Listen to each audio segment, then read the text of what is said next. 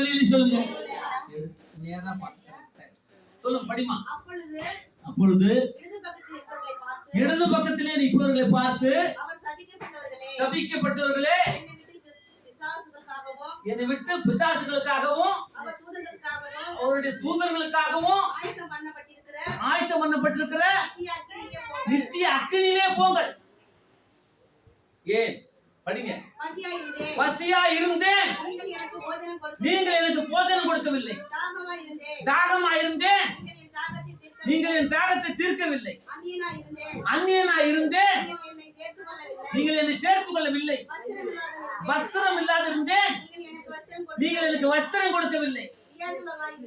வியாதி உள்ளவராகவும் காவல்ல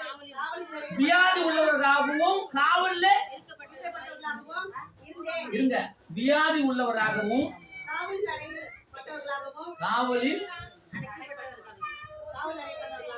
காவலில் அடைக்கப்பட்டவர்களாகவும் இருந்தேன். நீங்கள் என்னை விசாரிக்க வரவில்லை என்பார். அப்பொழுது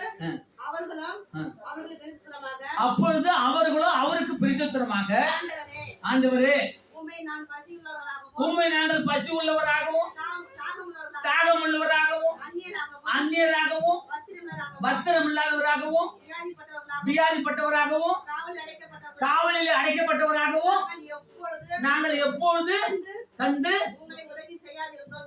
உமக்கு உதவி செய்யாது இருந்தோம் என்பார்கள். அடுத்தது, அப்பொழுது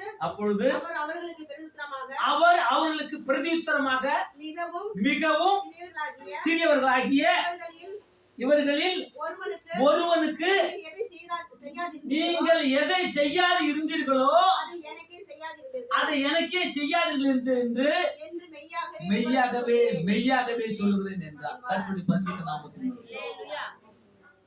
இவர் இந்த விதமான வார்த்தைகளை இடது பக்கமாய் நிற்கிறவர்களை பார்த்து சொன்னார். இந்த விதமான வார்த்தைகளை வலதுபுறத்தில் நிற்கிறவர்களை பார்த்து அவர் சொல்லவில்லை.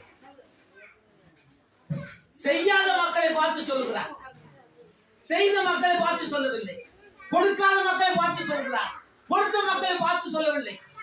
இறக்கப்படாத மக்களை பார்த்து சொல்லுகிறார், இறக்கப்பட்ட மக்களை பார்த்து அவர் சொல்லவில்லை. ஆதரிக்காத மக்களை பார்த்து சொல்லுகிறார், ஆதரித்த மக்களை பார்த்து அவர் சொல்லவில்லை.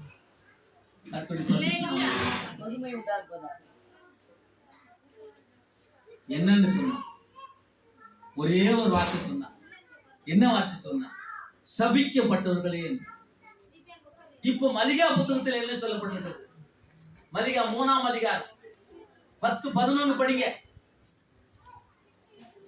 படியாச்சு, அங்க இருந்து படி. என் ஆலயத்திலே இல்ல, அதுக்கு மேல் வசனம் படிங்க.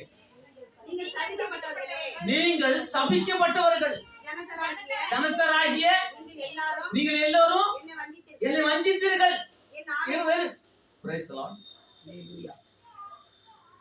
வஞ்சிக்கிறவங்க நன்மை செய்வாங்களா? வஞ்சிக்கிறவங்க தர்மம் பண்ணுவாங்களா? வஞ்சிக்கிறவங்க வாழ வைப்பாங்களா? வஞ்சிக்கிறவங்க ஆதரிப்பாங்களா? வஞ்சிக்கிறவங்க கை கொடுப்பாங்களா? வஞ்சிக்கிறவங்க புத்தி சொல்லுவாங்களா? வஞ்சிக்கிறவங்க நேசிப்பாங்களா? வஞ்சிக்கிறது வேற, நேசிக்கிறது வேற. இவர்கள் சபிக்கப்பட்டவர்கள் என்று கர்த்தர் சொல்லி கர்த்தருடைய பரிசுத்த நாமத்தில் அல்லேலூயா சொல்லுங்க. இன்னொரு அல்லேலூயா சொல்லுங்க. விளங்குதா? அதை வாங்கி செட் பண்ணி